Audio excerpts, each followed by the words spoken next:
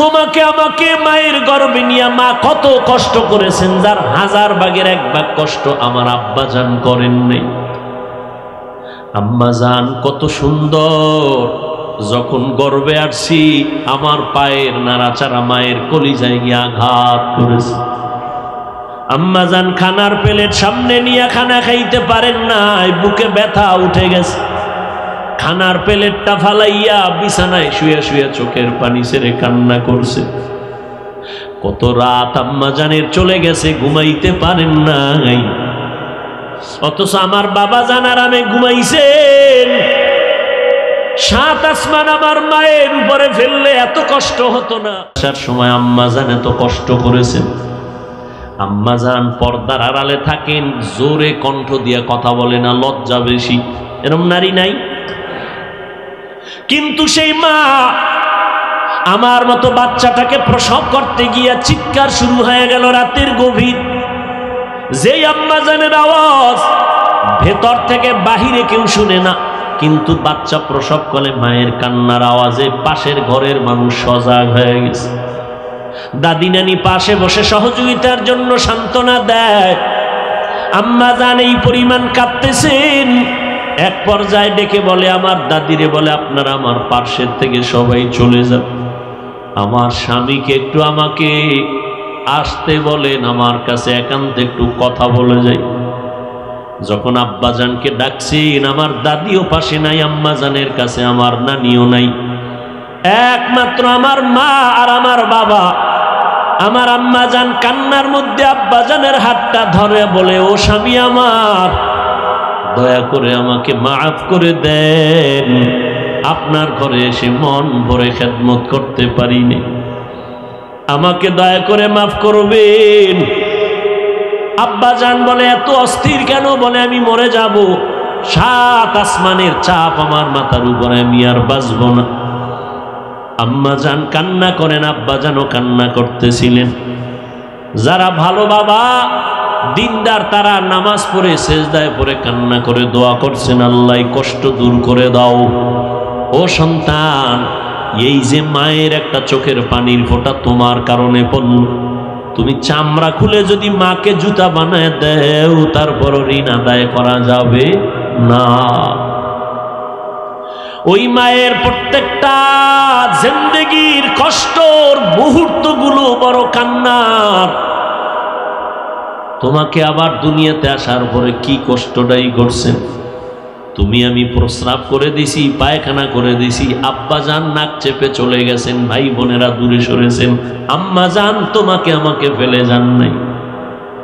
আম্মাজান তোমাকে আমাকে ধুইয়া মুছাইয়া কোলের মধ্যে নিয়ে আদর করেছেন।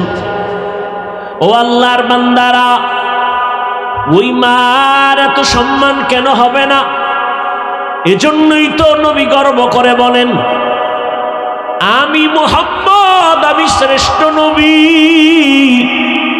আমি মুহাম্মদের একটা ছেলে নাই, আমি 4টা কন্যার বাবা। ও দুনিয়ার বাবারা, তোমরা যদি একটা কন্যা পাও, আল্লাহর শুকর আদায় করিও, তুমি একটা জান্নাতের মালিক হয়ে গেছো। ও সন্তানের বাবারা, 2টা কন্যা যদি পাও, মনে করিও 2টা জান্নাতের মালিক। যাদের মেয়ে আছে তাদেরকে আমি জিজ্ঞাসা করি, ও মেয়ের বাবারা, আপনি যখন অসুস্থ হয়ে গেছেন, আপনার মেয়ে শ্বশুর বাড়ি বিয়া দিয়া দিছেন, আপনার বাড়িতে নাই, কিন্তু আপনি জানেননি আপনার ছেলে যতটা না কাঁদে, যতটা খবর না নেয়, মেয়েটা জীবন দিয়া পাগলের মতো হয়ে যায় বাবার চোখের পানি মুছানোর জন্য। কিন্তু কপাল পরা মুসলমান, মেয়ে কন্যা সন্তান হলে অনেক সময় মনে মনে রাগ করে, স্ত্রীর সাথে কথা বলে না, রাগ করে। অথচ তুমি জানো না রে বাবা, একটা সন্তান ছেলে হইয়া যদি বাবার ইজ্জত রক্ষা করতে না পারে, এমন 10টা সন্তান দিয়েও কোনো লাভ হবে না। আর আমার মাওলায় যদি তোমারে ছেলে না দিয়া মেয়ে দেয়, তুমি সেজদায় পড়ে শুকর আদায় করিও, ওই ছেলে দিয়া তোমার যা হইতো তার থেকে 100 গুণ বেশি তোমার উপকার হবে একটা মেয়ে দিয়া। আল্লাহ এমন একটা জামাই তোমারে মিলায় দিবে, 10টা ছেলের উপকার হবে এক জামাই দিয়ে। এরকম নজির কি নাই? তুমি খালি ছেলে হলে খুশি, মেয়ে হলে কষ্ট পাও কেন? ও ছেলে হলে বিদেশের ভিসা নিতে পারবা বিয়ার সময় না? পায়খানা খাওয়ার নিয়ত করেছো, ইসলাম যৌতুককে হারাম করেছে। পৃথিবীর সরকারের আইনও যৌতুক হারাম। যারা যৌতুকের এই ফিতনায় পড়ে আছে এরা সবগুলো নারীদের দুশমন। এরা যদি আবার নারীর অধিকার চায়, বুঝতে হবে এরা চূড়ান্ত সৃষ্টির নিকৃষ্ট অন্তরওয়ালা মানুষ। ভাইরা আমার, আল্লাহ তাআলা নারীদের এত মর্যাদা দান করেছেন, কিয়ামত পর্যন্ত আর কোনো রাস্তা নাই যে কেউ নতুন করে বাড়াবে। যদি কেউ চালাকি করে বলে আমরা নারীদের সম্মান আলাদা করে বাড়াতে চাই, খোদার কসম নারীদের আর সম্মান বাড়বে না। চালাকি করলে হবে নারীদের অপমান। আল্লাহ যা বাড়ানোর বাড়াই দিছেন, কিয়ামতের দিন নারীদের সম্মান সেদিনও থাকবে। রাসূল বলেন সূর্যের গরমে মানুষ ছটফট করবে হাসরের ময়দানে, নবীরা পর্যন্ত নাফসি নাফসি বলে কাঁদবেন। সেই সময় জান্নাতের দরজা কতটা? কথা বলেন। 8টা দরজা খোলা হবে। দারোয়ান ফেরেশতারা 4 জন মহিলাকে বারবার ডাকবে। কয়জন? 4 জন। জান্নাতের 8টা দরজা থেকে ডাকা হবে, আসো জান্নাতের মেহমানখানায় আসো, কোনো হিসাব লাগবে না। 4 জন আম্মা জানকে ডাকবেন। এর মধ্যে মারিয়াম আলাইহিস সালাম, ঈসা নবীর আম্মা জান। এরপরে খাদিজা রাদিয়াল্লাহু আনহা, ফাতেমা রাদিয়াল্লাহু আনহা, আর ফেরাউনের স্ত্রী নাম কি? আসিয়াকে ডাকবে। জান্নাতের 8টা দরজা দিয়ে আসো, জান্নাতের দরজাগুলো খোলা হয়ে গেছে। আল্লাহ হাসরের কঠিন সময় কোটি কোটি কোটি মানুষের সামনে আল্লাহ যদি জিজ্ঞাসা করেন, আজ আমি আল্লাহ কুদরতের হাতে পুরস্কার দিব ওই ব্যক্তিকে যেই ব্যক্তি আমার নবী মুহাব্বতের নবী রাহমাতুল লিল আলামিনের হাতে প্রথম কালেমা পড়েছে, কে? তাকে আমি আজ সবার সামনে পুরস্কার দিব। একজন পুরুষও দাঁড়াবার ক্ষমতা হবে না।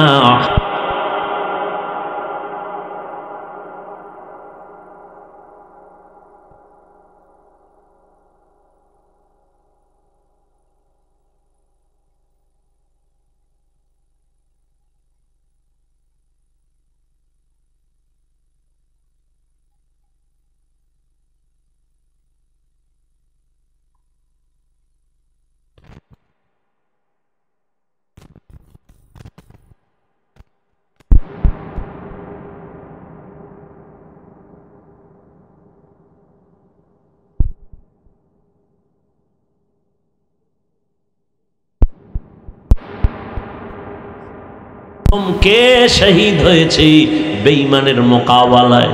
দুনিয়ার কোনো পুরুষ দাঁড়াতে পারবে না। একজন নারী দাঁড়ায় বলবেন, আল্লাহ নবীজির দ্বীন আদর্শ বাস্তবায়নের ক্ষেত্রে আমি সুমাইয়া নামের নারীটা শাহাদাতের পেয়ালা পান করেছি। ও আল্লাহর বান্দারা, দ্বীনের জন্য হিজরত একটা বড়, ইসলামের বড় একটা নিদর্শন হিজরত। আল্লাহ যদি হাসরের ময়দানে বলে আমার দিন জিন্দার জন্য কে জালেমদের জুলুম থেকে এলাকা ছাইরা জন্মভূমি ছেড়ে হিজরত করেছো, প্রথমকে দাঁড়াও, পুরস্কার দিব। কোন পুরুষ দাঁড়াতে পারবে না, একজন নারী দাঁড়াইয়া বলবেন ও আল্লাহ, আমি দিন জিন্দা রাখার জন্য আমার বাচ্চা নিয়া, আমার স্বামীরে নিয়া আমি হিজরতের পথে রওনা হয়েছি। বিশ্ব নবীর কলিজার টুকরা রুকাইয়া রাদিয়াল্লাহু তাআলা আনহা প্রথম হাবশায় হিজরত করেছেন। ওসমান রাদিয়াল্লাহু তাআলা আনহুর স্ত্রী নবীজির কন্যা রুকাইয়া রাদিয়াল্লাহু তাআলা। দুনিয়াতে প্রথম মুফাসসির এই জমিনের মধ্যে কোরআনের তাফসীর আর ইলম ও হিকমতের প্রথম যিনি, দুনিয়াতে গর্বিত সন্তান আল্লাহর নবীর কলিজার স্ত্রী আবু বকর সিদ্দিক রাদিয়াল্লাহু তাআলা আনহুর মেয়ে আম্মা জান আয়েশা রাদিয়াল্লাহু তাআলা আনহা। এরে আম্মা জানেরা, সারা রাত যদি আপনাদের মর্যাদার বয়ান করি শেষ করা যাবে না। ওই খাদিজার মতোই তো আপনার একজন নারী, ফাতেমা রাদিয়াল্লাহু তাআলা আনহার মতো নারী, আয়েশা রাদিয়াল্লাহু তাআলা আনহার মতো নারী, ফাতেমা রাদিয়াল্লাহু তাআলা আনহার মতো আপনারাই তো নারী। এরে আম্মা জান, আপনাকে বলি না আপনি দরজায় তালা লাগাইয়া আর জীবনে জানালা দিয়েও তাকাবেন না, এটা ইসলাম বলে নাই। এরে আম্মা জান, স্বামীর মাল হেফাজত করবেন, অগোচরে স্বামীর মাল কোথাও নষ্ট করবেন না, স্বামীর অনুমতি ছাড়া খরচ করবেন না। সন্তানটারে আদর্শওয়ালা বানাবেন, ডাক্তার বানাবেন তবে আদর্শওয়ালা ডাক্তার বানাইয়েন। সন্তানকে ইঞ্জিনিয়ার বানাবেন তবে আদর্শওয়ালা বানাইয়েন। আপনার সন্তানের ব্যবহারে যেন কোনো আলেমরা কষ্ট না পায়, আপনার সন্তানের আচরণে যেন এলাকার মুরব্বীরা কষ্ট না পায়, আপনার সন্তানের আচরণে যেন কোনো বন্ধু বান্ধবরা কষ্ট না পায়। ও নবীর উম্মতের দল, আল্লাহ পাক রব্বুল আলামিন এই জন্যই তো আল্লাহ রব্বুল আলামিন বলেন আমি আগে কোরআন শিখাইয়া তারপরে মানুষ বানাইছি, আগে মানুষ বানাইয়া কোরআন শিখাইছি বলেন নাই। কারণ আমার কাছে বংশগত মানুষের দাম নাই, জন্মগত মানুষের দাম নাই, আমার কাছে গুণগত মানুষের দাম। গুণের মানুষ যদি হতে পারেন আম্মা জান, গুণের মানুষ যদি হতে পারেন, জিন্দেগি দুনিয়াও সফল আখিরাতও সফল। গুণটা কি? রাহমাতুল লিল আলামিনের আদর্শের গুণে চলবেন। আম্মা জান, কত মর্যাদা আপনাদের। আপনার সন্তানগুলো যদি দিনদার হয়, আদর্শওয়ালা ডাক্তার হয়, একটা সন্তানের দ্বারাই সম্ভব দুনিয়ার সব অন্ধকার দূর করা সম্ভব। এসপি সাহেব ছুটি নিয়ে বাড়িতে চলে গেলেন এক সপ্তাহের জন্য, খানার টেবিলে বসছেন, খানা খাইয়া বিকেল বেলা চলে যাবেন, কালকে অফিস ধরবেন। আম্মাজান খানার টেবিলে বলে বাবা আমি কোন দিন মরে যাই, বুড়া হয়ে গেছি, আমার একটা বিদায় বেলা আবদার রাখবা নারী, রাখবা নাকি বলো। এসপি সাহেব খানার টেবিলে বলে আম্মাজান আপনি আমাকে আদেশ দেন, আমার জীবন দিয়া হলো আমি রক্ষা করব। আমি হাফিজুর রহমান সহ হাজারো আলেম তারে বয়ান করিয়া যে উপকার না হইল। আম্মাজানের 1 মিনিটের কথা এসপি সাহেব পুরা বুজুর্গের মতো অন্ধভক্ত হয়ে গেল। আম্মাজান কয় সন্তান, আল্লাহ তোমাকে সম্মানের চেয়ার দান করেছেন, তুমি যতদিন সম্মানের চেয়ারে থাকবা, আমি মায়ের অনুরোধ জীবনে তুমি গরিবের উপরে জুলুম করবা না, মিথ্যা কথা বলবা না, আর হালাল ছাড়া হারাম টাকা কখনো হাত দিয়া ধরবা না। আমি মা দোয়া করে গেলাম আল্লাহ তোমার সম্মান আরো বাড়াবে, ইজ্জত বাড়াবে। খানার টেবিলে এসপি সাহেব মায়ের সাথে কথা দিয়া কয় আম্মা জান মরিয়া গেলে যাব, আপনার কথা আমি রক্ষা করবই করব। এবার মায়ের থেকে বিদায় নিয়া এসপি সাহেব যখন নরসিংদীর চেয়ারে বসলো, বসার পরে টাকার বস্তা ডান বাম থেকে আসতেছে, আসা মাত্রই মায়ের কথা স্মরণ হয়ে গেছে। ধমক দিয়া বলে তাড়াতাড়ি এখান থেকে টাকার বস্তা সরাও, না খাইয়া থাকলেও জীবনে হারাম খাবো না। আম্মা জানের কথা মনে পড়ে গেছে। একজন গরিব কয় স্যার আমি গরিব, আমার টাকা নাই, আমারে একটা মানুষ বড় জ্বালাতন করে। এসপি সাহেব বলে আমার পকেটের টাকাও যদি লাগে তোমার উপকারের জন্য আমি দাঁড়ায় গেছি। মায়ের ওয়াজটা তখন কাজে লেগে গেছে। একটা কথা জবানে মিথ্যা বলে না, এই রকম এসপি নাই। অভাব নাই। এই জন্য আম্মা জানদারে বলবো, এরে আম্মা জান, সন্তানকে ডাক্তার বানাবেন, ইঞ্জিনিয়ার বানাবেন, তবে আদর্শওয়ালা বানাইয়েন আম্মা জান। আপনার সন্তানের দ্বারা যেন দুনিয়ার মানুষ উপকার পায়। আর উপকার পাইলে সবাই দোয়া করবে, দোয়ার অংশ আপনি মা কবরে কিয়ামত পর্যন্ত পেতে থাকবেন। ও আল্লাহর বান্দা বান্দিরা, আল্লাহ বলেন আমার কাছে গুণের মানুষের বড় দাম, গুণের মানুষ ছাড়া আমি কাউকে জান্নাত দিব না। এবার গুণের মানুষ কেমনে হওয়া যায়? মাইকওয়ালা মাইক বানাইছে আওয়াজ দেওয়ার জন্য, যেই জিনিসটা যেই কাজে ব্যবহার করার জন্য বানায় ওই কাজটাই হলো ওই জিনিসের গুণ। ঘড়িওয়ালা বানানোর সময় ঘড়ি বানাইছে টাইম দেওয়ার জন্য, টাইম দেওয়া ঘড়িটার গুণ। বাতিওয়ালা বানানোর সময় বাতিটা বানাইছে আলো দেওয়ার জন্য, আলো দেওয়া বাতির গুণ। মাইকের গুণ আওয়াজ দেওয়া, বাতির গুণ আলো দেওয়া। ও আল্লাহর বান্দা, আল্লাহ মানুষ কেন বানাইছেন?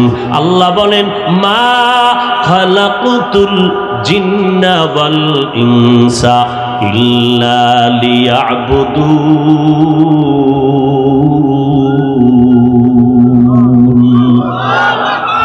আমি আল্লাহ মানুষ বানাবার একমাত্র কারণ আমার ইবাদত। কার ইবাদত? ইবাদতের জন্য মানুষ বানাইছেন। এবার আমাকে বলেন মানুষের গুণ কি? দেখছেন মাইকের গুণ কি? আওয়াজ দাও। বাতির গুণ কি? পাখার গুণ কি? ঘড়ির গুণ কি? কেন বললাম? যেই জিনিস যেই কাজের জন্য বানায় ওই কাজ ওই জিনিসের গুণ। মানুষ কোন কাজের জন্য বানাইছেন? ইবাদতের জন্য। তো মানুষের গুণ কি? ইবাদত করা। কিন্তু ইবাদত করবেন কেমনে জানতে হবে না? সিস্টেম শিখতে হবে না? জানার জন্য শিখার জন্য লাগবে কোরআন। কি লাগবে? কোরআনের মাধ্যমে ইবাদতের নিয়ম শিখবা। কয় কোরআন পড়তে জানি না, হাদিস ধরো। হাদিসও পারো না, উলামায়ে কেরামের কাছে যাও, কোরআন হাদিস আলেমদের মাধ্যমে শিখিয়া এরপরে ইবাদতে দাঁড়াও। ইবাদত করো, নামাজ পড়ো, ব্যবসা করো, চাকরি করো, সব ইবাদত নবীর জন্যই যদি হয়, নবীর তরিকা আল্লাহর সন্তুষ্টির জন্য করবা। ব্যবসা করো ইবাদত, চাকরি করবা ইবাদত। আর এই ইবাদত করলেই তুমি গুণের মানুষ। গুণের মানুষ হইলে তুমি বিনা হিসাবে জান্নাত। গুণের মানুষ হইতে হলে লাগবে ইবাদত, ইবাদত শিখতে হলে লাগবে কোরআন, কোরআন বুঝতে হলে লাগবে উলামায়ে কেরাম। আল্লাহ এই দিকে ইঙ্গিত করে বলেন আমি আগে মানুষ বানাই নাই, আগে কোরআন শিখাইছি, তারপরে মানুষ বানাইছি। অর্থাৎ যারা কোরআনের মাধ্যমে ইবাদত শিখে ইবাদত করবে তারা গুণের মানুষ। আর এই গুণের মানুষের জন্য আমি আল্লাহ জান্নাত বানায় রাখছি। ও আল্লাহর বান্দারা, যারা গুণের মানুষ হবে এরা টাকার মায়া না, খাওয়ার মায়া না, সব এই ময়দানে বসে আছে কেন? এরা সব গুণের মানুষ। আল্লাহর কাছে কান্নাকাটি করবে আর খানার মধ্যেও সুন্নাত অনুযায়ী খাবে। যারা গুণের মানুষ না এরা বাম হাতে খাবে, বাম হাতে পান করবে, চিন্তাও নাই। হাঁটবে গরুর মতো, চাটবে, চিন্তা নাই। গুণের মানুষটা বাম হাতে কিছু পান করবে না, ডান হাতে পান করবে। এক গ্লাস পানি নিয়া 3 নিঃশ্বাসে পানিটা পান করবে। গুণের মানুষ যারা, এরা ঘুমাইতে গেল ভালো বিছনা তালাশ করবে, এরা কোথাও স্ট্যান্ড জায়গা গেলে নিরাপদ জায়গা খুঁজবে।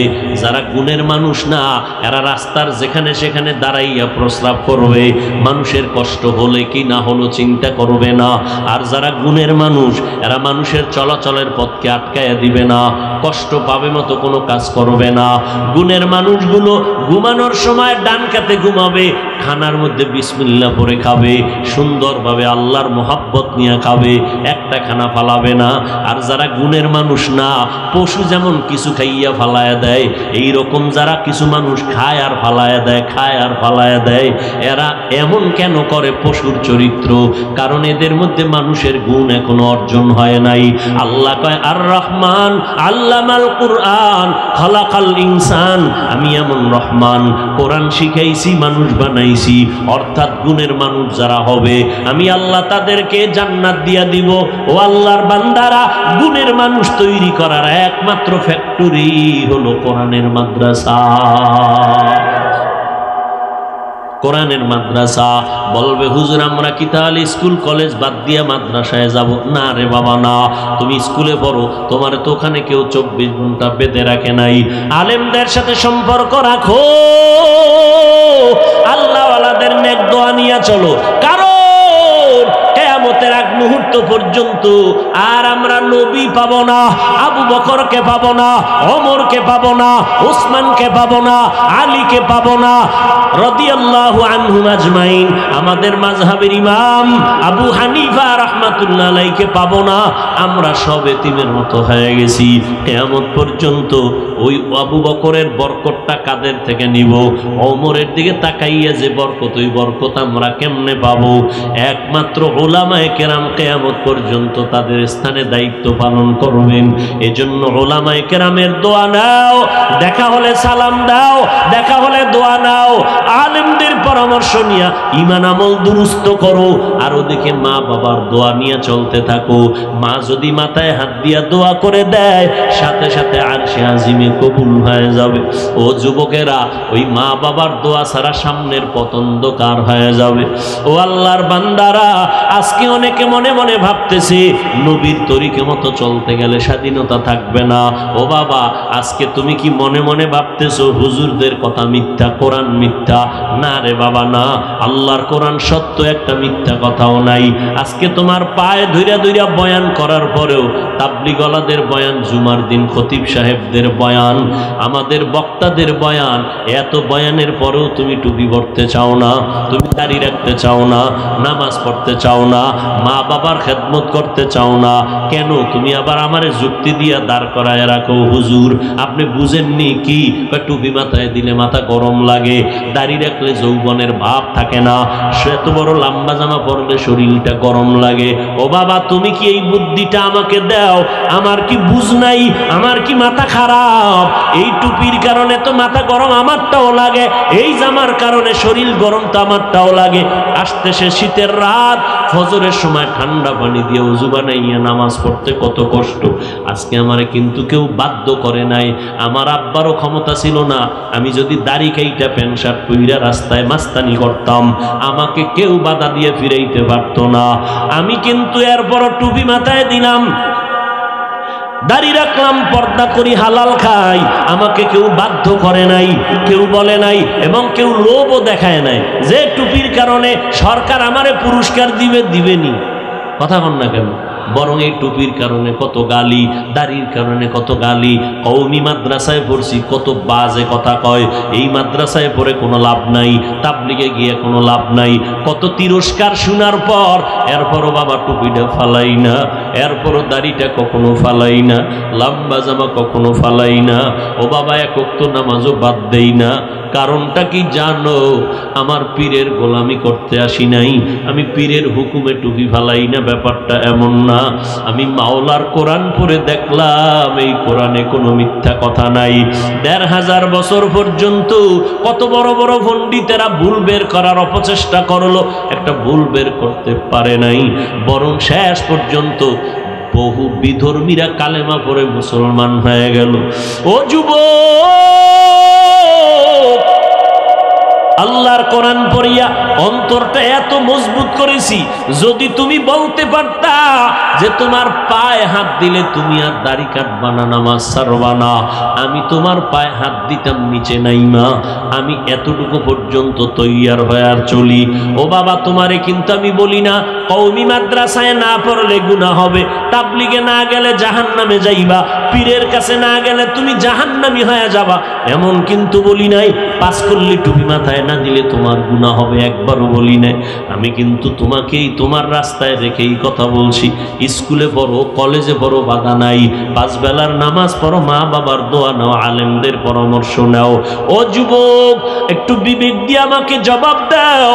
তোমার মতো যুবক জীবনে মাদ্রাসায় পড়ে নাই, স্কুল কলেজে পড়িয়া 5 বেলার নামাজ ঠিক মতো আদায় করে, একটু সত্য কথার সাক্ষী দাও, আছে না নাই? তুমি তোমার বিবেকটাকে জিজ্ঞাসা করো, তুমি কেন পারো না? তোমার মতো যুবক র‍্যাব, আর্মি, পুলিশ, বিডিআরের চাকরি করে, চেয়ারম্যান, মেম্বার, এমপি, মন্ত্রী, 5 ওয়াক্ত নামাজি, অভাব নাই, তুমি কেন পারো না? রাস্তায় গাড়ি চালায় কত ড্রাইভার নামাজ ছাড়ে না, তুমি কেন পারো না রে বাবা? জমিনের মধ্যে কৃষিকাজ করে, গামছা বিছাইয়া নামাজ পড়ে, তুমি কেন পারো না? ও যুবক, নদীর মধ্যে মাছ ধরে, নৌকায় বসে নামাজ পড়ে, তারপর একবেলার নামাজ বাদ দেয় না। ও বৃদ্ধ বাবাজিরা, আপনাদের মতো কত বুড়া মানুষ লাঠি দিয়া টোকাইয়া টোকাইয়া মসজিদে গিয়া 5 বেলার নামাজ পড়ে, আপনি বুড়া কেন পারেন না? ও পর্দার আড়ালের মা, আপনার মতো কত মা 5 বেলার নামাজ পড়ে, তাহাজ্জুদ পড়ে এবং স্বামীর মাল হেফাজত করে, সন্তানগুলোকে আদর্শওয়ালা বানানোর মেহনত করে। মা, এরকম মা এই এলাকায় আছে না নাই? ভিন্ন মাদেরকে বলবো, আপনারা কেন পারবেন না রে মা? রাসূল বলেছেন, খায়রুকুম মান তাআল্লামাল কুরআনা ওয়া আল্লামা। পৃথিবীর মধ্যে তোমাদের থেকে সর্বশ্রেষ্ঠ ওই ব্যক্তি যে কোরআন শিখে অন্যকে শিখায়। এই মজলিস সেই এক মজলিস, এদের মতো সৃষ্টির মধ্যে শ্রেষ্ঠ আর কেউ নেই। আমি আয়াতের তর্জমাটা বলে শেষ করলাম, হাদিসের তর্জমাটা বললাম, এবার কিছু আনুষঙ্গিক কথা আমি আপনাদেরকে শোনাব। আল্লাহ পাক রব্বুল আলামিন পৃথিবীতে মানুষ সৃষ্টি করে তাদের শ্রেষ্ঠ মর্যাদা দিয়েছেন কে? ওয়ালাকাদ কাররামনা বানি আদম ওয়া হামালনাহুম ফিল বাররি ওয়াল বাহরি ওয়া রাযাকনাহুম মিনাত তাইয়্যিবাত ওয়া ফাদ্দালনাহুম আলা কাসীরিম মিম্মান খালাকনা তাফদীলা। বনি আদম বড় দামি। আল্লাহ বলেন, আমি এত সম্মান আর মর্যাদা দান করেছি, জমিনের মধ্যে তাদের জন্য চলার সুন্দর পথ দিয়ে দিলাম, পানির মধ্যে চলার পথের আয়োজন করে দিলাম। যেই লোহা পানির মধ্যে ফেললে ডুবে যায়, ওই লোহার স্টিমার ভাসাইয়া রাখার ব্যবস্থা আমি আল্লাহ করেছি। ব্যবসার মাল নিয়া নদী পথে এক জায়গা থেকে অন্য জায়গায় যাইবার ব্যবস্থা আমি আল্লাহ করেছি। একটা তুফান আসলে সব মুহূর্তের মধ্যে ধ্বংস হয়ে যাবে। আল্লাহ পাক রব্বুল আলামিন মানুষের সম্মানে পানিটাকে ঠান্ডা করে দিয়েছেন। এই সমুদ্রের পানি, আমার বান্দা তোর থেকে বড় দামি, বেয়াদবিমূলক আচরণ করবি না, খবরদার, আমার বান্দা বড় দুর্বল। ওয়া খুলিকাল ইনসানু যায়ীফা, আমি ইনসানদেরকে বড় দুর্বল করে বানাইছি। এতটা দুর্বল, আমি সব জায়গায় বলি, আসমান আল্লাহ বানাইছেন 7টা। এখান থেকে প্রথম আসমানের দূরত্ব 500 বছরের দূরত্ব। এক একটা আসমান 500 বছরের মতো মোটা। এক এক আসমান থেকে আর এক আসমানের মাঝখানে খালি জায়গা মহাশূন্য, 500 বছরের দূরত্ব। এইভাবে 7টা আসমান রব্বুল আলামিন বানাইয়া টানায় দিছেন। নিচের থেকে কোনো খুঁটি নাই, উপর থেকে কোনো রশির টানাও নাই। আছে? আরে একটা ছোট্ট প্যান্ডেল কতটি বাঁশ লাগাইছে, পারে না এই প্যান্ডেলওয়ালারা আরো লাগায়, আমাকে সামনে লাগায়, কত জোড়াতালি। একটা সামান্য প্যান্ডেলে বিশাল আসমান 7টা, কয়টা? মহাশূন্য 7টা, একটাও খুঁটি আছে? আছে কোনো খুঁটি? কাদের কুদরত দারি বরকামাল আন্তা রব্বি আন্তা হাসবি যুল জালাল, তুহি কাদের জলিলুল্লাহ জাহাদার, বহর হালে তুহি মেরা নেগাহদার। এই 7টা আসমান, 7টা মহাশূন্য, সাথে আরো 7টা জমিন। যেই মাটি পানির মধ্যে ফেললে ডুবে যায়, ওই মাটির জমিন আল্লাহ পানির উপরে সুন্দর করে টাইট করে দিলেন, নড়াচড়া যেন না করে। আল্লাহ পাহাড় দিয়ে প্যারাক মেরে দিলেন। আলাম নাজআলিল আরদা মিহাদা ওয়াল জিবালা আওতাদা, বড় বড় পাহাড় জমিনটাকে ব্যালেন্স ঠিক করে রেখেছে। কুদরত কার? আল্লাহ বলেন এ বিশাল 7টা আসমান 7টা জমিন আমি আল্লাহর বানাইতে সময় লাগছে 6 দিন। ফি সিত্তাতি আইয়াম, মাত্র 6 দিনে আমি সৃষ্টি করলাম 7 আসমান 7 জমিন। আর তোর মতো বান্দাটা মাত্র 1 হাত হবে না বেশি লম্বা, অথচ তোর মতো বান্দা নরম 1 ফোঁটা নাপাক পানির থেকে মায়ের গর্ভে আমি আল্লাহ তোরে এত আস্তে আস্তে করে বানাইছি। আমি আল্লাহ ওই নাপাক পানিটা মায়ের বাচ্চা দানির মধ্যে নিয়া 40 দিন শোধন করাইয়া এটারে জমাট রক্ত বানাইলাম, এর উপরে গোশতের প্রলেপ দিলাম, এর উপরে হাড্ডি দিলাম, এর উপরে আবার গোশত দিয়া একটা স্ট্রাকচার বানাইলাম। ও বান্দা নজর করে দেখ আমি আল্লাহ কেমন সুন্দর করে তোরে বানাইছি। ও বান্দা নজর করে দেখো তোমার মতো ছোট্ট একটা বাচ্চাকে আমি আল্লাহ মায়ের গর্ভে বানাইতে 6 দিন না 6 মাসের মতো সময় নিয়েছি। এত বিশাল আসমান বানাইতে জমিন বানাইতে 6 দিন, তোমার মতো 1.5 ব্যাটারিরে বানাইতে 6 মাস পর্যন্ত সময় নিল কেন? আল্লাহ বলেন তোর মতো বান্দা বান্দিরে যেই পরিমাণ মোহাব্বত আমি করি আর কাউকে করি না। আমি আল্লাহ এত মোহাব্বত করে বানাইছি, মোহাব্বতের জিনিস ধীরে ধীরে হয়। আল্লাহ এমন সুন্দর করে বানাইছেন যেখানে কান ফিট করা দরকার ওখানে কান দিছেন, যেখানে চক্ষু ফিট করা দরকার ওখানে চক্ষু দিয়েছেন। ও বান্দা নজর, দুনিয়াতে আসার আগে তুই কি খাবি? আমি রব্বুল আলামিন মায়ের গর্ভের মধ্যে তোরে প্যাকেট করে আটকায় দিছি যেন কোনো ক্ষতি না হয়, বাতাস ঢুকে তোর ক্ষতি না করে। যেই অক্সিজেন ছাড়া তুই বাঁচতে পারো না, মায়ের গর্ভে প্যাকেটের উপরে প্যাকেট লাগায় দিলাম যেন অক্সিজেন ঢুকতে না পারে। তোর পেটে ক্ষুধা লাগছে, আমি মায়ের নাভির সাথে তার লাগায় তোর ক্ষুধা নিবারণ করেছি। দুনিয়াতে যখন আসবি আসার আগে তোর খানার দরকার। তোর আব্বা আম্মা কোনোদিন দোয়া করে নাই আল্লাহ আমারে যেই বাচ্চাটা দেও বাচ্চাটার জন্য রিজিকটা তুমি আগে দিও, কোনোদিন বলে নাই কোনো মা বাপ। আমি আল্লাহ দয়া করে এমন রব, আমি তোর এমন রব, আমি আল্লাহ তোর এমন লালন পালনকারী। তুই দুনিয়াতে যাওয়ার পর খানার জন্য জানো বান্দা তোর পেরেশানি হতে না হয়, আমি আল্লাহ এমন পিওর খানার আয়োজন করেছি যেই খানার মতো খানার কেউ তৈরি করতে পারে না। দুধের ব্যবস্থা করেছি। দেখছো রে গোলাম, আম্মাজান বাচ্চার জন্য সুজি পাকায়, সুজির মধ্যে চিনি লাগে, লবণ লাগে, পানি লাগে। ও বান্দা নজর করে দেখ, 2-4 চামচ খাওয়াইয়া সুজিটা আবার আলাদা রেখে দেয়। গরম থাকলে ঠান্ডা করার জন্য ফ্যানের বাতাস দেয়, ঠান্ডা হয়ে গেলে গরম করে চুলায়। 2-4 ঘন্টা পরে মা বলে আর এটা খাওয়ানো যাবে না, ফেলে দাও, বাচ্চার পেট নষ্ট হবে। আর আমি আল্লাহ এমন রব এমন মোহাব্বত করে তোর জন্য দুধের আয়োজন করলাম মায়ের স্তনে। নজর করে দেখ ওই দুধ আমি আল্লাহ পাক কেমন সুন্দর করে দিলাম। এমন খানা যেটা বেশি ঘনও না পাতলাও না, চিনিও লাগবে না, লবণ লাগবে না। আমি আল্লাহ পাক গরম করার এমন ব্যবস্থাও করে দিলাম। এ বান্দা 1 ঘন্টা 2 ঘন্টা 4 ঘন্টা নয়, 2 বছর পর্যন্ত মায়ের দুধ পান করবি। 1 সেকেন্ডের জন্য কখনো দুধ নষ্ট হবে না, তোর পেটের মধ্যে গিয়া ডিস্টার্ব করবে না, রোগের সৃষ্টি হবে না। বরং যত রোগ হবে সব রোগের ঔষধ হলো তোর মায়ের দুধ পান করো। সব রোগ আল্লাহ পাক রব্বুল আলামিনের কুদরতে নিমিষেই ধ্বংস হয়ে যাবে। আল্লাহ এমন ভিটামিন যুক্ত খানা তোমার আমার জন্য তৈরি করেছেন।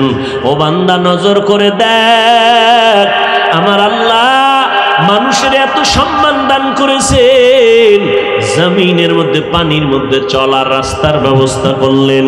আল্লাহ পাক বলেন, ও বান্দা নজর করে দেখো, আমি আল্লাহ পাক তোমার জন্য ক্ষুধা মিটানোর খানার আয়োজন করেছি। গরুর পেট আছে, ক্ষুধা আছে, খানা খায়, কুকুরেও খায়, বিড়ালেও খায়, শুকরেও খায়। তোমার পেট আছে, ক্ষুধা আছে, তোমারও খানা লাগবে। তবে গরুর খানাটা তোমার জন্য দেই নাই, কুকুর যে খানা খাবে সেটা তোমার জন্য নয়। আমি পৃথিবীর মধ্যে শ্রেষ্ঠ পিওর খানাটা তোমার জন্য আয়োজন করেছি। তোমার খানাটার মতো পিওর খানা আমি কাউকে দেই নাই। ও বান্দা নজর করে দেখ, সব খানাগুলো কাভারিং করে দিলাম যাতে তোমার পেটে গিয়া ডিস্টার্ব না করে, কারো বদনজর না লাগে। যদি কেউ তাকায় থাকে খাওয়ার সময়, বিসমিল্লাহ পড়ে ইয়াকিনের সাথে খাবি, কোনো নজরে কাজ হবে না। আমি সব খানা প্যাকেটিং করে দিলাম। ও বান্দা তুই ভাত খাবি, গমের রুটি খাবি, আমি আল্লাহ সব কাবার দিয়া গমটারে আটকায় দিলাম, ধানটারে আমি কাবার দিয়ে আটকায় দিলাম চাল। এখান থেকে আমি আল্লাহ রব্বুল আলামিন তোর তরকারিগুলো সুন্দরভাবে দিয়ে দিলাম। ও বান্দা তোর গোশত প্রয়োজন, আমি আল্লাহ সব কাভারিং করে গোশত দিলাম। গরু, মহিষ, দুম্বা, উটের গোশত খাবি, কোনো বাধা নাই। আমি আল্লাহ যত মাছ তোর জন্য ব্যবস্থা করলাম সব কাভারিং করে দিলাম। এরে বান্দা, 3 বেলার খানায় তোর পেটটা ভরবে ঠিক, তবে স্বাস্থ্য বাড়বে না। আমি আল্লাহ তোর চাওয়ার আগে তোর স্বাস্থ্য বাড়ানোর জন্য ভাত বা রুটির পাশাপাশি ভিটামিন ফলের আয়োজন করে দিলাম। এরে বান্দা নজর করে দেখ, এমন সুন্দর ফল, বেদানা, আপেল, কমলা, এত সুন্দর করে কাভার করে দিলাম। মনে দেখ কত মজার জিনিস আমি বানাইলাম। ড্রাগন বানাইছি তোমার জন্য, তাকায় দেখো কত সুন্দর রং লাগায় দিলাম তোমার শরীরের ভিটামিন পরিপূর্ণ হওয়ার জন্য। আমি আল্লাহ আবার সিজনালি ফলেরও ব্যবস্থা করলাম, আমের ব্যবস্থা করলাম, কাঁঠালের আয়োজন করলাম। আমি আল্লাহ সব কিছু মানুষের জন্য করেছি। শুধু তাই না, খানা না, পুরা দুনিয়া সহ সম্মাখলুকত তোমার গোলামির জন্য করেছি। সূর্যটা তোমার জন্য বানাইলাম, চাঁদ তোমার গোলামি করার জন্য বানাইলাম।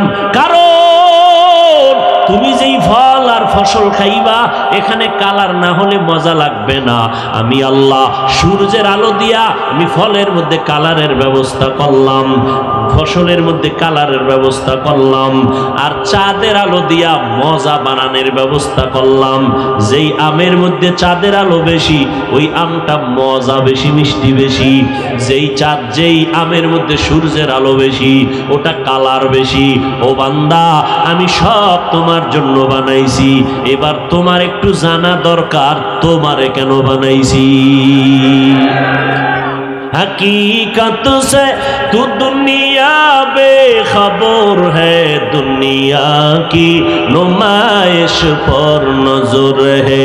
नमी गुयम के आज दुनिया जुदा बाश, बहारुकारी के बाशी बा खुदा बाश। সব আমাদের জন্য বানাইছেন। এবার আমগো জানার দরকার, আমারে আল্লাহ কেন বানাইছেন। একজনে কয় বিড়ি টানার জন্য, মোবাইল চালানোর জন্য।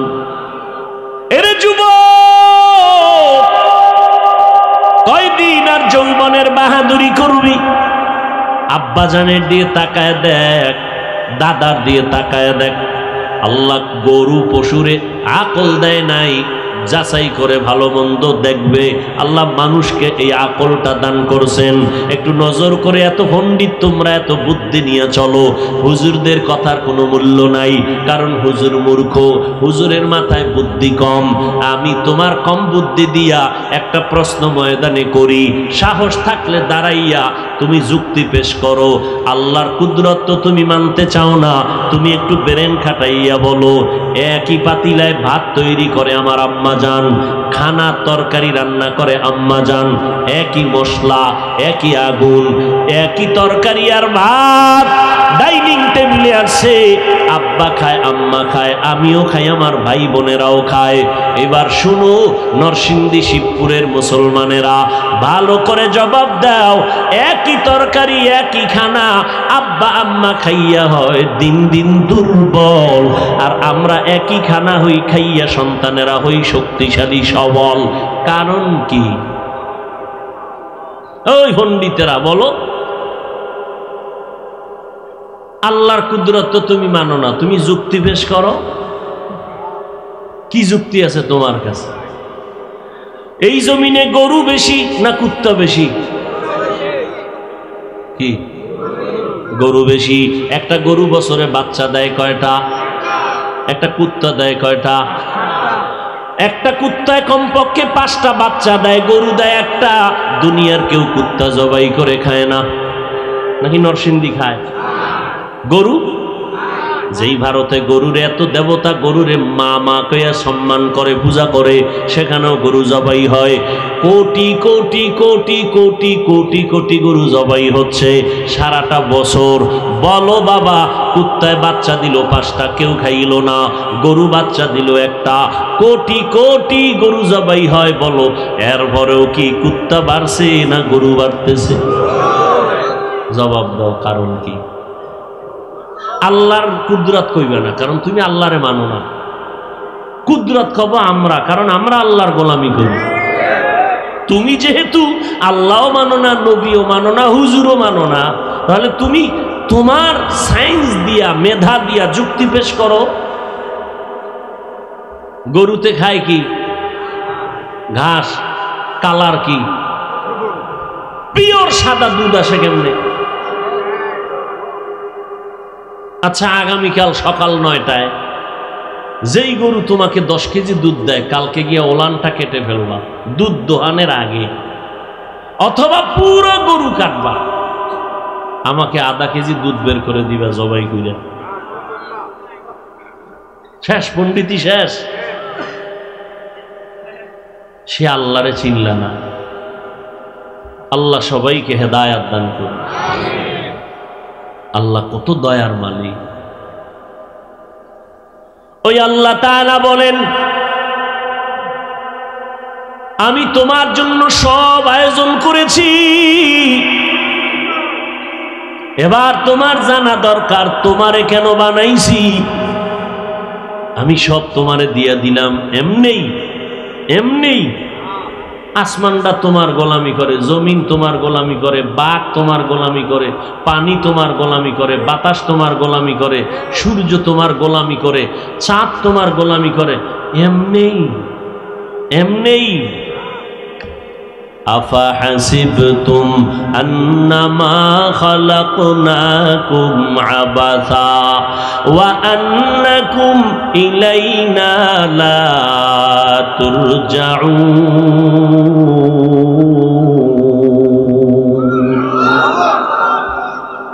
আল্লাহ তাআলা বলেন, মানুষ তুমি কি ধারণা করেছো অনর্থক তোমাকে বানিয়েছে?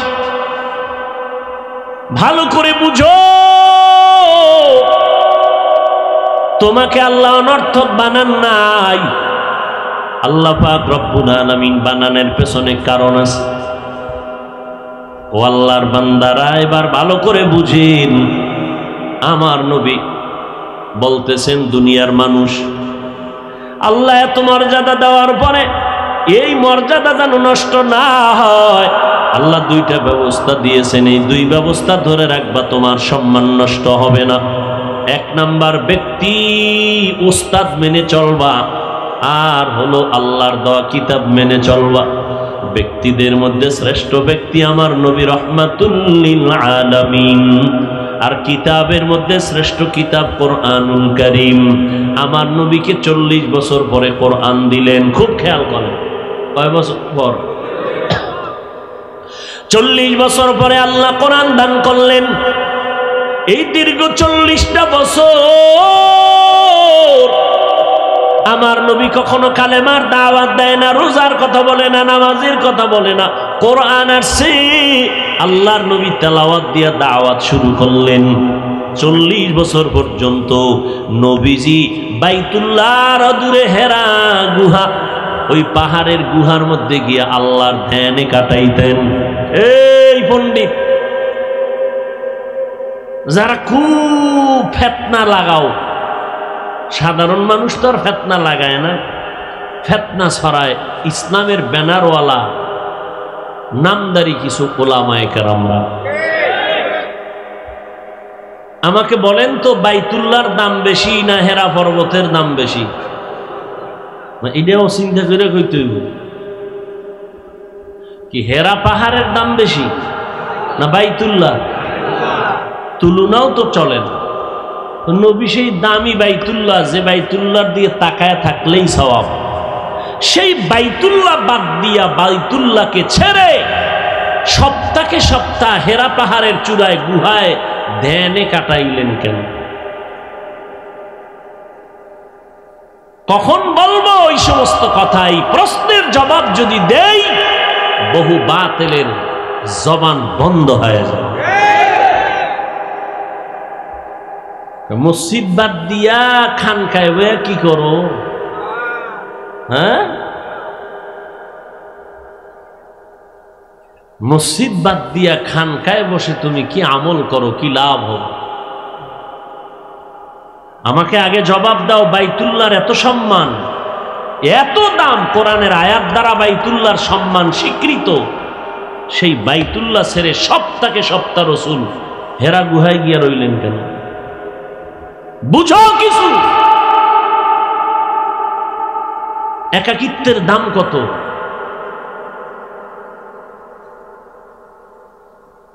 এই যারা পীর মুরিদির বিরোধিতা করে, এরাই ইশারা ইঙ্গিতে এই সমস্ত কথা বলে মানুষকে বিভ্রান্ত করে। আমি তো ওপেন বলি সারা দেশে, যারা বলে ওলিয়া উলিয়া মানি না, এটি কোরআন হাদিসে নাই, এরা ভণ্ড। খুব খেয়াল করেন, ভুল হলে দাঁড়ায় যাবেন, জাবিজ ভাই কথাটা আপনার সুন্নাহর বাইরে, আমি ভুল স্বীকার করিনি, কোনো প্রেশানি নেই। আল্লাহর নবী কোরআন আসলো, আল্লাহর পক্ষ থেকে দাওয়াত শুরু করলেন। 40-এর আগে না পরে? পরে নবী কোরআনের দাওয়াত দিচ্ছেন। নবীর দাওয়াতের 1 নাম্বার কর্মসূচি ইয়াতলু আলাইহিম আয়াতিহি, 2 নাম্বার কর্মসূচি ওয়ায়ুযাক্কিহিম। খেয়াল করবেন ভালো করে, নবীর 1 নাম্বার কর্মসূচি কোরআনের তেলাওয়াত উম্মতের শিখাও। 2 নাম্বার কর্মসূচি উম্মতের অন্তর থেকে গুনাহ মুক্ত করাও। উম্মতের গুনাহ থেকে কলবটারে পবিত্র করো, অন্তরকে পরিশুদ্ধ করাও। দোনোটা কার হুকুম? আল্লাহর। কোরআন তেলাওয়াত শিখানো যেমন আল্লাহর ফরজ বিধান, ঠিক অন্তর গুনাহমুক্ত করা, অন্তর ধোলাই করা, পরিশুদ্ধ করা, এটাও আল্লাহর ফরজ হুকুম বিধান। ঠিক নেই? নবীজি তেলাওয়াত শিখাইতে কয় বছর লাগতো? বছর লাগতো? আরে নবী তাওয়াজ্জু দিতেন, সেকেন্ডের মধ্যে নজর দেওয়া মাত্র আল্লাহর কুদরতে তার কলব ফুল চার্জ হয়ে যায়। ভাইরা আমার, এখন সেই কোরআন তেলাওয়াত শিখানোর জন্য বাংলাদেশে কিছু নতুন নতুন আবিষ্কার করা হয়েছে, কিছু ফর্মুলা, যেটা কোরআনেও নাই, হাদিসেও নাই, নবীর যুগেও ছিল না, সাহাবাদের যুগেও ছিল না। কোরআন শিখাইতে গিয়ে আমরা লাল কায়দা ভরাইনি, নুরানিতে ভরাই, আপনাদের বাচ্চাদেরও ভরাই। খুব খেয়াল করবেন, বাচ্চাদেরও পড়ায়, নুরানির মধ্যে নেয়, কেরাতুল কোরআনে নেয়।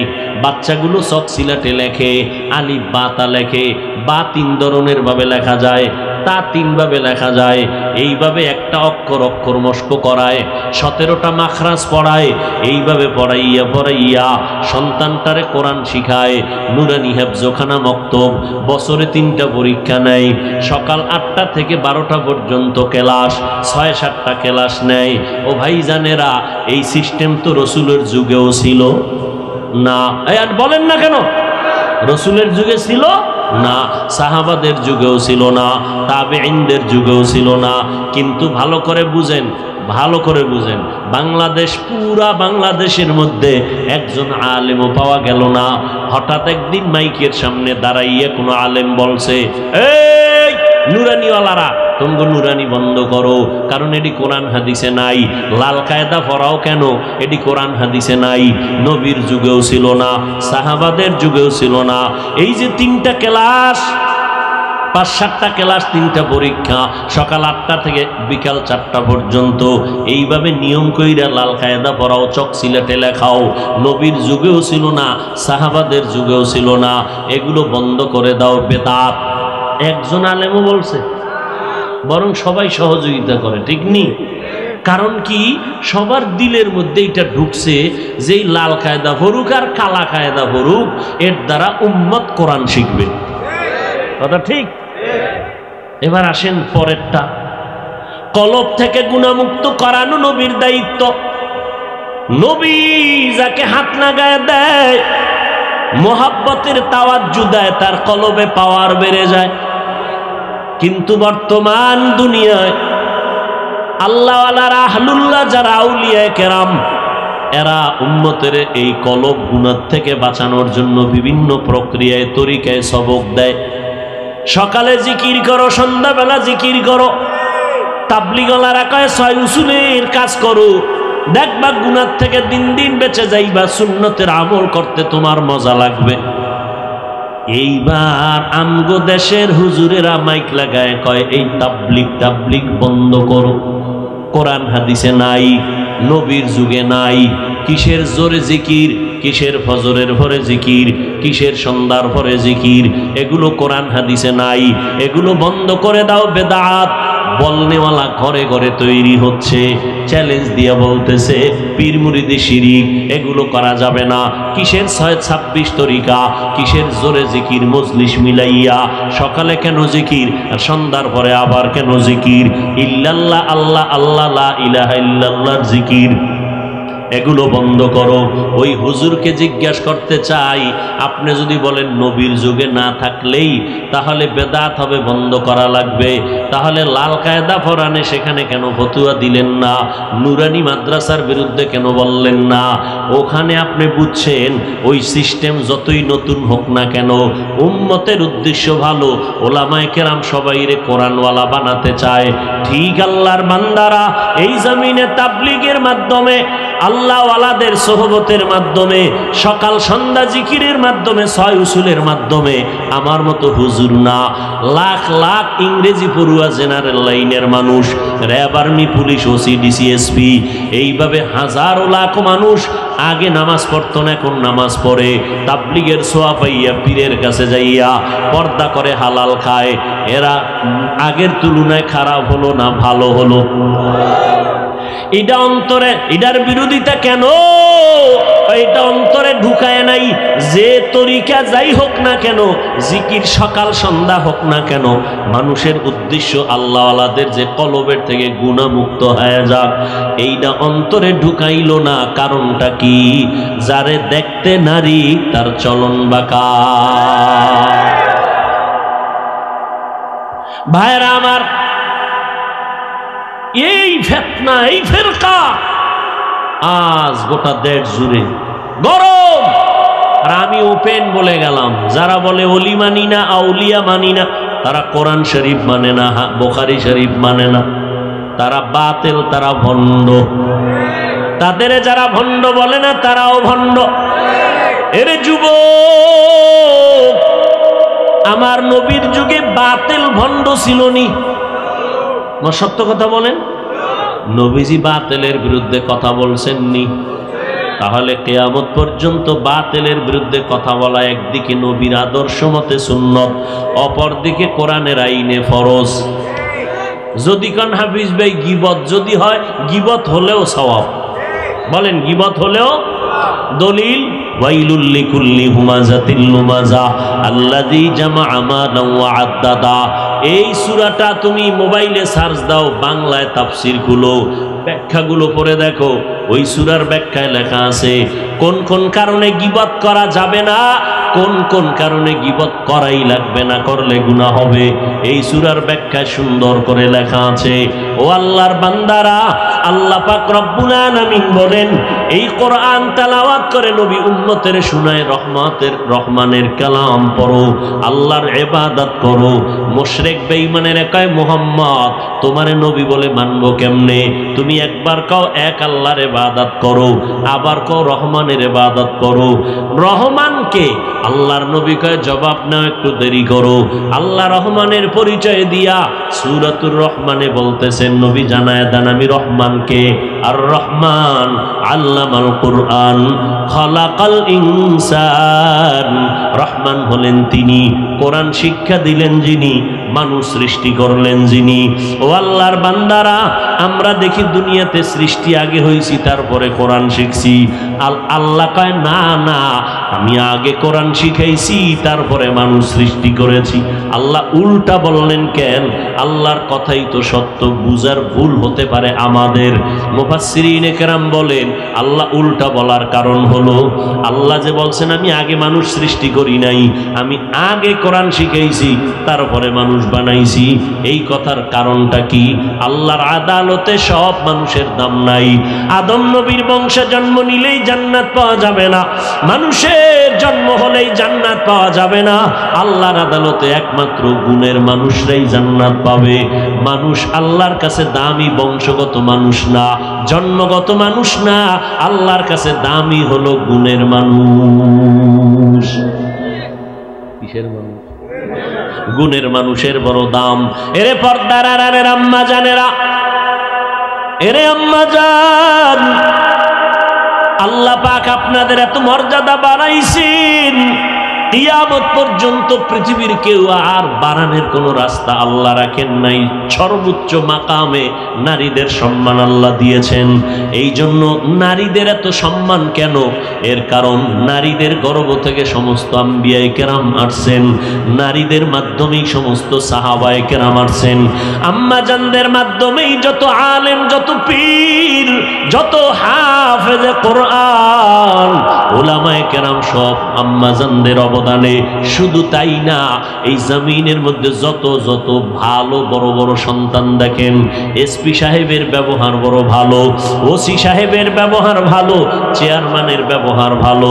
এই চেয়ারম্যান হাজারে একজন, একজন এমপি হাজারে একজন পেয়ে গেলাম।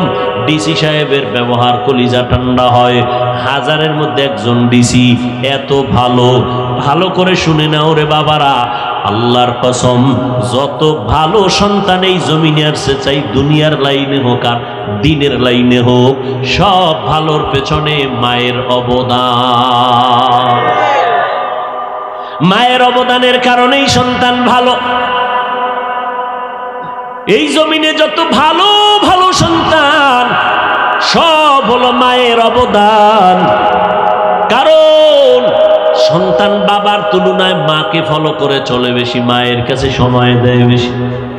এই জন্য নবীও বলছেন, ও দুনিয়ার নারীরা, দুনিয়াতে যত কিছু আছে সব মূল্যবান সম্পদ, আর এর মধ্যে একমাত্র দামি সম্পদ হলো নেককারিনী নারীরা। ও আম্মা জানেরা, আপনাদের মর্যাদার বয়ান যদি আমি সারা রাত করি শেষ করা যাবে না। ও যুবকেরা, ওই মা বাবার দোয়া ছাড়া আমি হাফিজুর রহমান এই চেয়ারে বসতে পারি নাই। আল্লাহর কসম, ওই মা বাবার দোয়া আর চোখের পানির কারণেই তুমি আজ কোটি টাকার মালিক হয়েছো।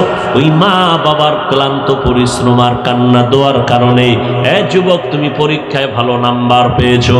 ওই মায়ের অবদান, আজকে তুমি গাড়ির মালিক, বাড়ির মালিক, সম্মানের মালিক, তোমার পেছনে মানুষ ঘুরে, তোমার ব্যক্তিগত কোনো বাহাদুরি নাই, সব মায়ের অবদান। কার অবদান?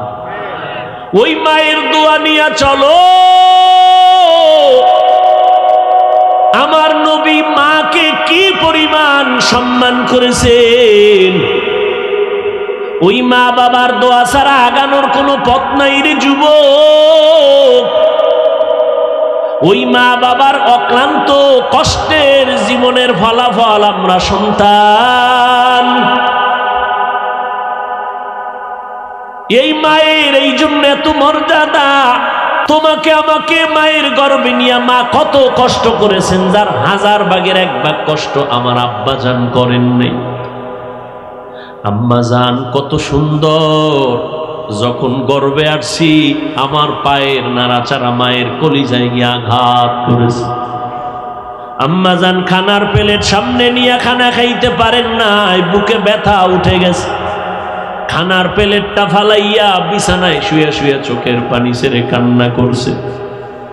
কত রাত আম্মাজানের চলে গেছে, ঘুমাইতে পারেন নাই। অথচ আমার বাবা জান আরামে ঘুমাইছেন। 7 আসমান আমার মায়ের উপরে ফেললে এত কষ্ট হতো না। আসার সময় আম্মাজান এত কষ্ট করেছেন। আম্মাজান পর্দার আড়ালে থাকেন, জোরে কণ্ঠ দিয়ে কথা বলে না, লজ্জা বেশি। এরকম নারী নাই? কিন্তু সেই মা আমার মতো বাচ্চাটাকে প্রসব করতে গিয়া চিৎকার শুরু হয়ে গেল রাতের গভীর। যেই আম্মাজানের আওয়াজ ভেতর থেকে বাহিরে কেউ শুনে না, কিন্তু বাচ্চা প্রসব করে মায়ের কান্নার আওয়াজে পাশের ঘরের মানুষ সজাগ হয়ে গেছে। দাদি নানি পাশে বসে সহযোগিতার জন্য সান্ত্বনা দেয়।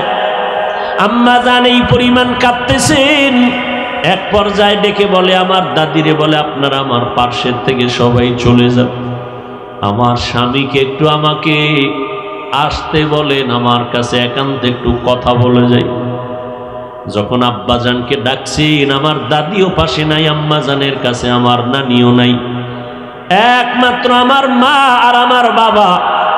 আমার আম্মাজান কান্নার মধ্যে আব্বাজানের হাতটা ধরে বলে, ও স্বামী আমার, দয়া করে আমাকে মাফ করে দেন, আপনার ঘরে এসে মন ভরে খেদমত করতে পারিনি, আমাকে দয়া করে মাফ করবেন। আব্বাজান বলে, এত অস্থির কেন? বলে, আমি মরে যাব, 7 আসমানের চাপ আমার মাথার উপরে, আমি আর বাঁচব না। আম্মাজান কান্না করেন, আব্বাজানও কান্না করতেছিলেন। যারা ভালো বাবা দিনদার, তারা নামাজ পড়ে সেজদায় পড়ে কান্না করে দোয়া করছেন, আল্লাহ কষ্ট দূর করে দাও। ও সন্তান, এই যে মায়ের একটা চোখের পানির ফোঁটা তোমার কারণে পড়ল, তুমি চামড়া খুলে যদি মাকে জুতা বানায় দেও, তারপর ঋণ আদায় করা যাবে না। ওই মায়ের প্রত্যেকটা জিন্দেগির কষ্টর মুহূর্তগুলো বড় কান্নার। তোমাকে আবার দুনিয়াতে আসার পরে কি কষ্টটাই করছেন। তুমি আমি প্রস্রাব করে দিছি, পায়খানা করে দিছি, আব্বাজান নাক চেপে চলে গেছেন, ভাই বোনেরা দূরে সরেছেন, আম্মাজান তোমাকে আমাকে ফেলে যান নাই। আম্মাজান তোমাকে আমাকে ধুইয়া মুছাইয়া কোলের মধ্যে নিয়ে আদর করেছেন। ও আল্লাহর বান্দারা, ওই মার এত সম্মান কেন হবে না?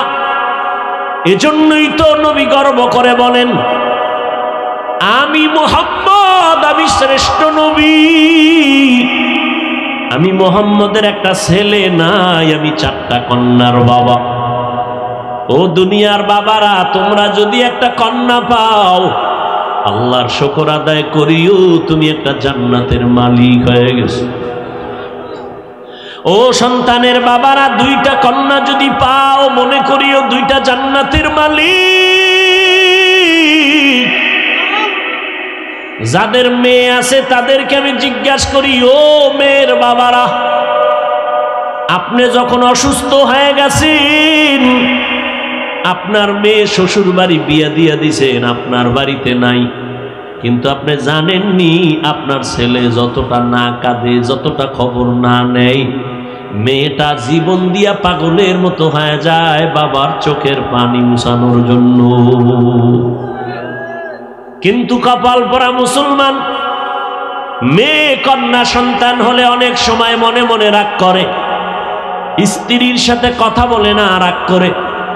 অথচ তুমি জানো না রে বাবা, একটা সন্তান ছেলে হইয়া যদি বাবার ইজ্জত রক্ষা করতে না পারে, এমন 10টা সন্তান দিয়েও কোনো লাভ হবে না। আর আমার মাওলায় যদি তোমারে ছেলে না দিয়া মেয়ে দেয়, তুমি সেজদায় পড়ে শুকর আদায় করিও, ওই ছেলে দিয়া তোমার যা হইতো তার থেকে 100 গুণ বেশি তোমার উপকার হবে একটা মেয়ে দিয়া।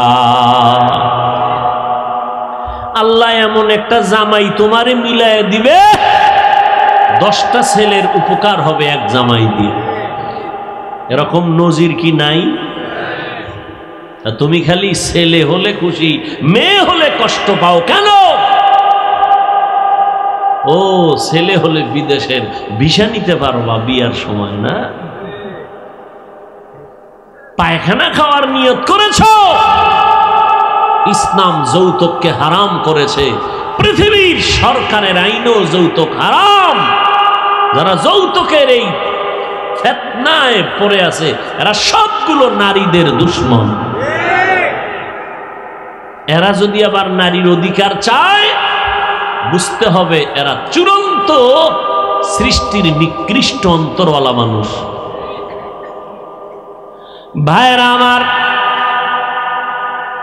আল্লাহ তাআলা নারীদের এত মর্যাদা দান করেছেন, কিয়ামত পর্যন্ত আর কোনো রাস্তা নাই যে কেউ নতুন করে বাড়াবে। যদি কেউ চালাকি করে বলে আমরা নারীদের সম্মান আলাদা করে বাড়াতে চাই, খোদার কসম নারীদের আর সম্মান বাড়বে না। চালাকি করলে হবে নারীদের অপমান।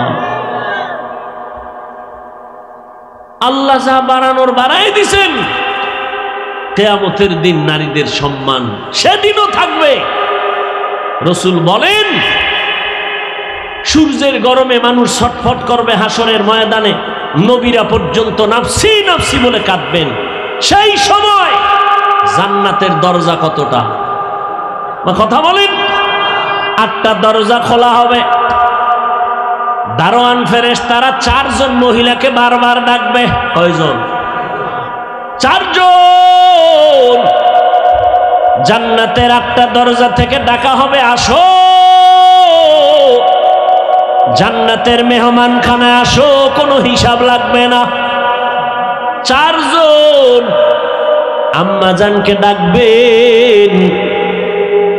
এর মধ্যে মারিয়াম আলাইহিস সালাম, ঈসা নবীর আম্মা জান। এরপরে খাদিজা রাদিয়াল্লাহু আনহা, ফাতেমা রাদিয়াল্লাহু আনহা, আর ফেরাউনের স্ত্রী নাম কি? আসিয়াকে ডাকবে। জান্নাতের 8টা দরজা দিয়ে আসো, জান্নাতের দরজাগুলো খোলা হয়ে গেছে। আল্লাহ হাসরের কঠিন সময় কোটি কোটি কোটি মানুষের সামনে আল্লাহ যদি জিজ্ঞাসা করেন, আজ আমি আল্লাহ কুদরতের হাতে পুরস্কার দিব ওই ব্যক্তিকে যেই ব্যক্তি আমার নবী, মুহাব্বতের নবী রাহমাতুল লিল আলামিনের হাতে প্রথম কালেমা পড়েছে, কে? তাকে আমি আজ সবার সামনে পুরস্কার দিব। একজন পুরুষও দাঁড়াবার ক্ষমতা হবে না।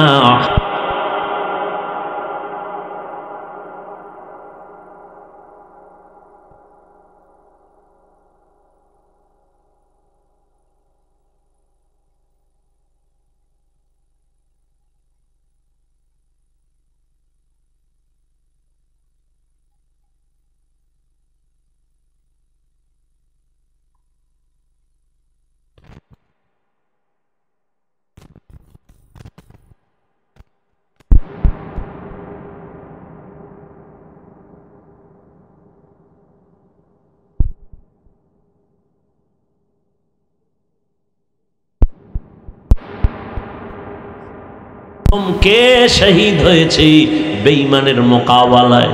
দুনিয়ার কোনো পুরুষ দাঁড়াতে পারবে না। একজন নারী দাঁড়ায় বলবেন, আল্লাহ নবীজির দিন আদর্শ বাস্তবায়নের ক্ষেত্রে আমি সুমাইয়া নামের নারীটা শাহাদাতের পেয়ালা পান করেছি।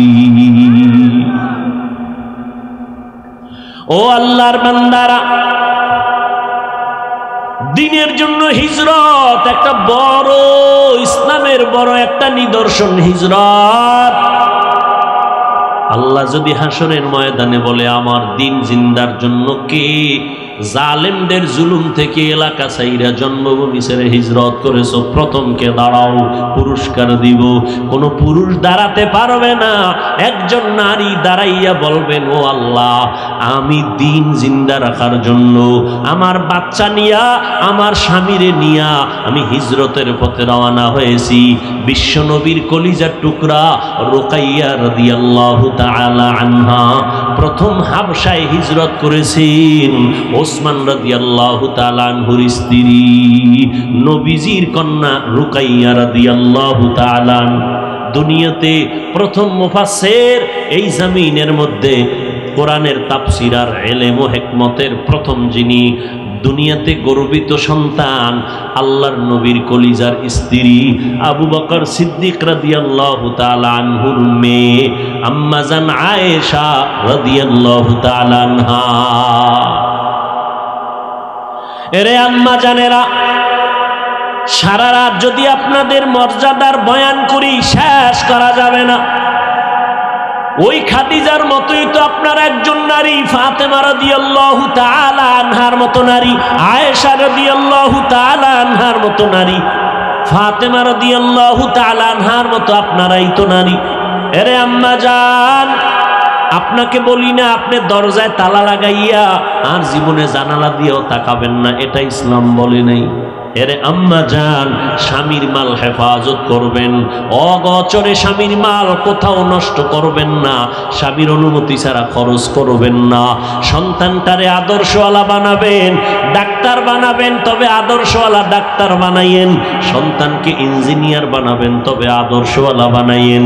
আপনার সন্তানের ব্যবহারে যেন কোনো আলেমরা কষ্ট না পায়, আপনার সন্তানের আচরণে যেন এলাকার মুরব্বীরা কষ্ট না পায়, আপনার সন্তান আচরণে যেন কোনো বন্ধু বান্ধবরা কষ্ট না পায়। ও নবীর উম্মতের দল, আল্লাহ পাক রব্বুল আলামিন এই জন্যই তো আল্লাহ রব্বুল আলামিন বলেন আমি আগে কোরআন শিখাইয়া তারপরে মানুষ বানাইছি, আগে মানুষ বানাইয়া কোরআন শিখাইছি বলেন নাই। কারণ আমার কাছে বংশগত মানুষের দাম নাই, জন্মগত মানুষের দাম নাই, আমার কাছে গুণগত মানুষের দাম। গুণের মানুষ যদি হতে পারেন আম্মা জান, গুণের মানুষ যদি হতে পারেন, জিন্দেগি দুনিয়াও সফল আখিরাতও সফল। গুণটা কি? রহমাতুল লিল আলামিনের আদর্শের গুণে চলবেন। আম্মা জান, কত মর্যাদা আপনাদের। আপনার সন্তানগুলো যদি দিনদার হয়, আদর্শওয়ালা ডাক্তার হয়, একটা সন্তানের দ্বারাই সম্ভব দুনিয়ার সব অন্ধকার দূর করা সম্ভব। এসপি সাহেব ছুটি নিয়ে বাড়িতে চলে গেলেন এক সপ্তাহের জন্য, খানার টেবিলে বসছেন, খানা খাইয়া বিকেল বেলা চলে যাবেন, কালকে অফিস ধরবেন। আম্মাজান খানার টেবিলে বলে বাবা আমি কোন দিন মরে যাই, বুড়া হয়ে গেছি, আমার একটা বিদায় বেলা আবদার রাখবা নারী, রাখবা নাকি বলো। এসপি সাহেব খানার টেবিলে বলে আম্মাজান আপনি আমাকে আদেশ দেন, আমার জীবন দিয়া হলো আমি রক্ষা করব। আমি হাফিজুর রহমান সহ হাজারো আলেম তারে বয়ান করিয়া যে উপকার না হইল। আম্মাজানের 1 মিনিটের কথা এসপি সাহেব পুরা বুজুর্গের মতো অন্ধভক্ত হয়ে গেল। আম্মাজান কয় সন্তান, আল্লাহ তোমাকে সম্মানের চেয়ার দান করেছেন, তুমি যতদিন সম্মানের চেয়ারে থাকবা, আমি মায়ের অনুরোধ জীবনে তুমি গরিবের উপরে জুলুম করবা না, মিথ্যা কথা বলবা না, আর হালাল ছাড়া হারাম টাকা কখনো হাত দিয়া ধরবা না। আমি মা দোয়া করে গেলাম আল্লাহ তোমার সম্মান আরো বাড়াবে, ইজ্জত বাড়াবে। খানার টেবিলে এসপি সাহেব মায়ের সাথে কথা দিয়া কয় আম্মা জান মরিয়া গেলে যাব, আপনার কথা আমি রক্ষা করবই করব। এবার মায়ের থেকে বিদায় নিয়া এসপি সাহেব যখন নরসিংদীর চেয়ারে বসলো, বসার পরে টাকার বস্তা ডান বাম থেকে আসতেছে, আসা মাত্রই মায়ের কথা স্মরণ হয়ে গেছে। ধমক দিয়া বলে তাড়াতাড়ি এখান থেকে টাকার বস্তা সরাও, না খাইয়া থাকলেও জীবনে হারাম খাবো না। আম্মা জানের কথা মনে পড়ে গেছে। একজন গরিবায় কয় স্যার আমি গরিব, আমার টাকা নাই, আমারে একটা মানুষ বড় জ্বালাতন করে। এসপি সাহেব বলে আমার পকেটের টাকাও যদি লাগে তোমার উপকারের জন্য আমি দাঁড়ায় গেছি। মায়ের ওয়াজটা তখন কাজে লাগিয়ে গেছে। একটা কথা জবানে মিথ্যা বলে না, এই রকম এসপি নাই। অভাব নাই। এই জন্য আম্মা জানদারে বলবো, এরে আম্মা জান, সন্তানকে ডাক্তার বানাবেন, ইঞ্জিনিয়ার বানাবেন, তবে আদর্শওয়ালা বানাইয়েন আম্মা জান। আপনার সন্তানের দ্বারা যেন দুনিয়ার মানুষ উপকার পায়, আর উপকার পাইলে সবাই দোয়া করবে। দোয়ার অংশ আপনি মা কবরে কিয়ামত পর্যন্ত পেতে থাকবেন। ও আল্লাহর বান্দা বান্দিরা, আল্লাহ বলেন আমার কাছে গুণের মানুষের বড় দাম, গুণের মানুষ ছাড়া আমি কাউকে জান্নাত দিব না। এবার গুণের মানুষ কেমনে হওয়া যায়? মাইকওয়ালা মাইক বানাইছে আওয়াজ দেওয়ার জন্য, যেই জিনিসটা যেই কাজে ব্যবহার করার জন্য বানায় ওই কাজটাই হলো ওই জিনিসের গুণ। ঘড়িওয়ালা বানানোর সময় ঘড়ি বানাইছে টাইম দেওয়ার জন্য, টাইম দেওয়া ঘড়িটার গুণ। বাতিওয়ালা বানানোর সময় বাতিটা বানাইছে আলো দেওয়ার জন্য, আলো দেওয়া বাতির গুণ। মাইকের গুণ আওয়াজ দেওয়া, বাতির গুণ আলো দেওয়া। ও আল্লাহর বান্দা, আল্লাহ মানুষ কেন বানাইছেন? আল্লাহ বলেন, মা খালাকুতুল জিন্না ওয়াল ইনসা ইল্লা লিয়াবুদুন।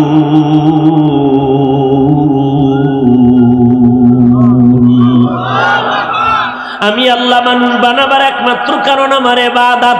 কার ইবাদত? ইবাদতের জন্য মানুষ বানাইছেন। এবার আমাকে বলেন, মানুষের গুণ কি? দেখছেন মাইকের গুণ কি? আওয়াজ দাও। বাতির গুণ কি? পাখার গুণ কি? ঘড়ির গুণ কি?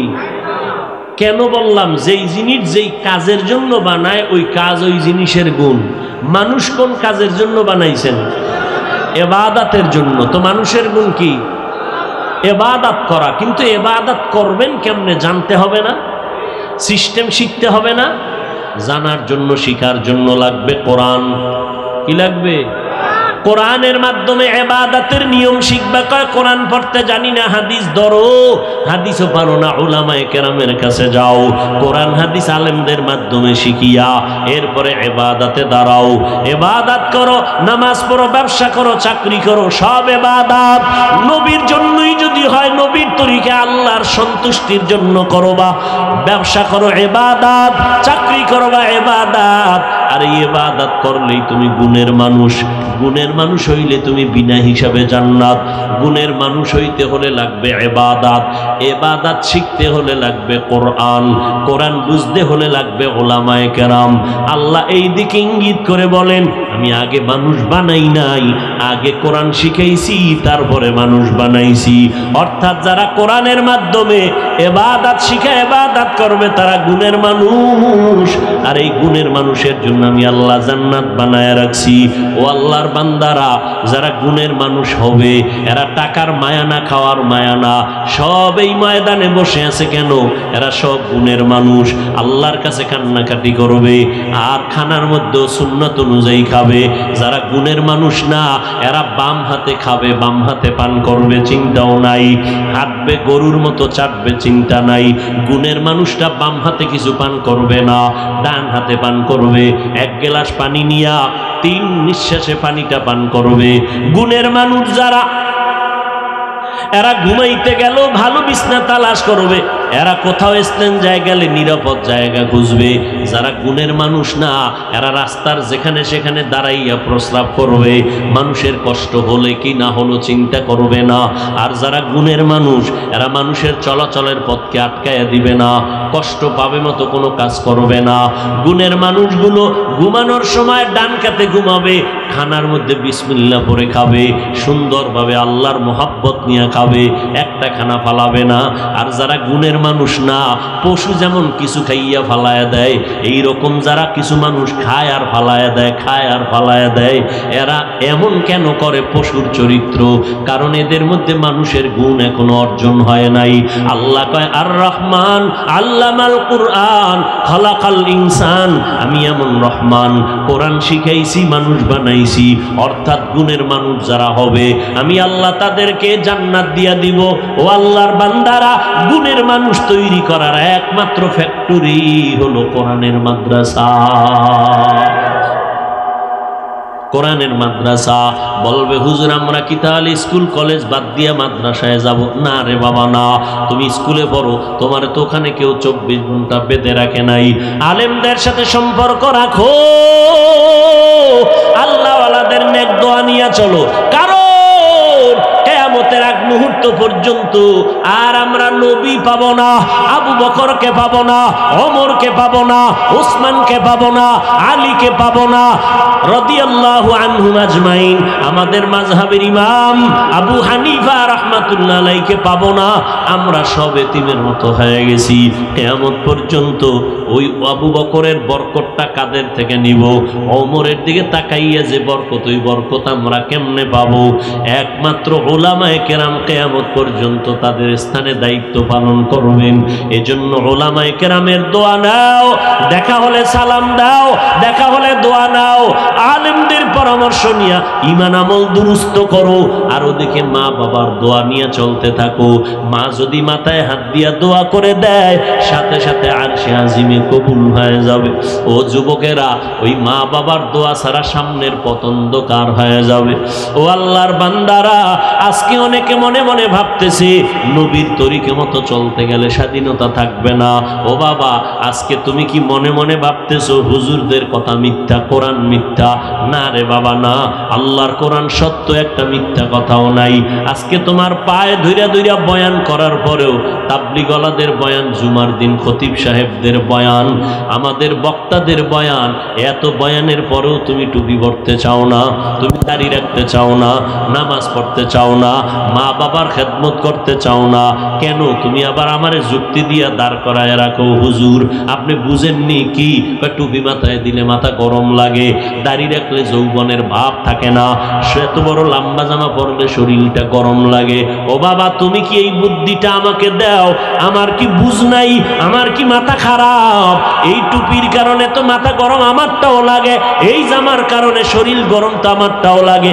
আসতেছে শীতের রাত, ফজরের সময় ঠান্ডা পানি দিয়ে ওযু বানাইয়া নামাজ পড়তে কত কষ্ট। আজকে আমারে কিন্তু কেউ বাধ্য করে নাই, আমার আব্বারও ক্ষমতা ছিল না। আমি যদি দাড়ি কাইটা প্যান্ট শার্ট পইরা রাস্তায় মাস্তানি করতাম, আমাকে কেউ বাধা দিয়ে ফিরাইতে পারতো না। আমি কিন্তু এরপরও টুপি মাথায় দিলাম, দাড়ি রাখলাম, পর্দা করি, হালাল খাই, আমাকে কেউ বাধ্য করে নাই, কেউ বলে নাই, এবং কেউ লোভও দেখায় নাই যে টুপির কারণে সরকার আমারে পুরস্কার দিবেনি। কথা কন না কেন? বরং এই টুপির কারণে কত গালি, দাড়ির কারণে কত গালি। কওমি মাদ্রাসায় পড়ছি, কত বাজে কথা কয়। এই মাদ্রাসায় পড়ে কোনো লাভ নাই, তাবলিগে গিয়ে কোনো লাভ নাই। কত তিরস্কার শোনার পর এরপরও বাবা টুপিটা ফালাই না, এরপরও দাড়িটা কখনো ফালাই না, লম্বা জামা কখনো ফালাই না। ও বাবা, এক ওয়াক্ত নামাজও বাদ দেই না। কারণটা কি জানো? আমার পীরের গোলামি করতে আসি নাই, আমি পীরের হুকুমে টুপি ফালাই না, ব্যাপারটা এমন না। আমি মাওলার কোরআন পড়ে দেখলাম এই কোরআনে কোনো মিথ্যা কথা নাই। ১৫০০ বছর পর্যন্ত কত বড় বড় পণ্ডিতেরা ভুল বের করার অপচেষ্টা করলো, একটা ভুল বের করতে পারে নাই। বরং শেষ পর্যন্ত বহু বিধর্মীরা কালেমা পড়ে মুসলমান হয়ে গেল। ও যুবক, আল্লাহর কোরআন পড়িয়া অন্তরটা এত মজবুত করেছি, যদি তুমি বলতে পারতা যে তোমার পায়ে হাত দিলে তুমি আর দাড়ি কাটবা না, নামাজ ছাড়বা না, আমি তোমার পায়ে হাত দিতাম নিচে নাইমা, আমি এতটুকু পর্যন্ত তৈয়ার হয়ে আর চলি। ও বাবা, তোমারে কিন্তু আমি বলি না কওমি মাদ্রাসায় না পড়লে গুনাহ হবে, তাবলিগে না গেলে জাহান্নামে যাইবা, পীরের কাছে না গেলে তুমি জাহান্নামী হয়ে যাবা, এমন কিন্তু বলি নাই। পাঁচ করলি টুপি মাথায় না দিলে তোমার গুনাহ হবে, একবারও বলি নাই।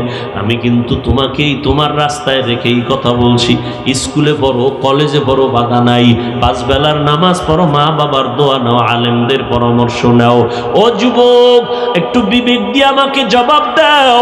তোমার মতো যুবক জীবনে মাদ্রাসায় পড়ে নাই, স্কুল কলেজে পড়িয়া 5 বেলার নামাজ ঠিক মতো আদায় করে, একটু সত্য কথার সাক্ষী দাও, আছে না নাই? তুমি তোমার বিবেকটাকে জিজ্ঞাসা করো, তুমি কেন পারো না? তোমার মতো যুবক র্যাব আর্মি পুলিশ বিডিআরের চাকরি করে চেয়ারম্যান মেম্বার এমপি মন্ত্রী 5 ওয়াক্ত নামাজি অভাব নাই, তুমি কেন পারো না? রাস্তায় গাড়ি চালায় কত ড্রাইভার নামাজ ছাড়ে না, তুমি কেন পারো না রে বাবা? জমিনের মধ্যে কৃষিকাজ করে গামছা বিছাইয়া নামাজ পড়ে, তুমি কেন পারো না? ও যুবক, নদীর মধ্যে মাছ ধরে নৌকায় বসে নামাজ পড়ে, তারপর এক বেলার নামাজ বাদ দেয় না। ও বৃদ্ধ বাবাজিরা, আপনাদের মতো কত বুড়া মানুষ লাঠি দিয়া টোকাইয়া টোকাইয়া মসজিদে গিয়া 5 বেলার নামাজ পড়ে, আপনি বুড়া কেন পারেন না? ও পর্দার আড়ালের মা, আপনার মতো কত মা 5 বেলার নামাজ পড়ে, তাহাজ্জুদ পড়ে এবং স্বামীর মাল হেফাজত করে সন্তানগুলোকে আদর্শওয়ালা বানানোর মেহনত করে। মা, এরকম মা এই এলাকায় আছে না নাই? ভিন্ন মাদেরকে বলবো, আপনারা কেন পারবেন না রে মা?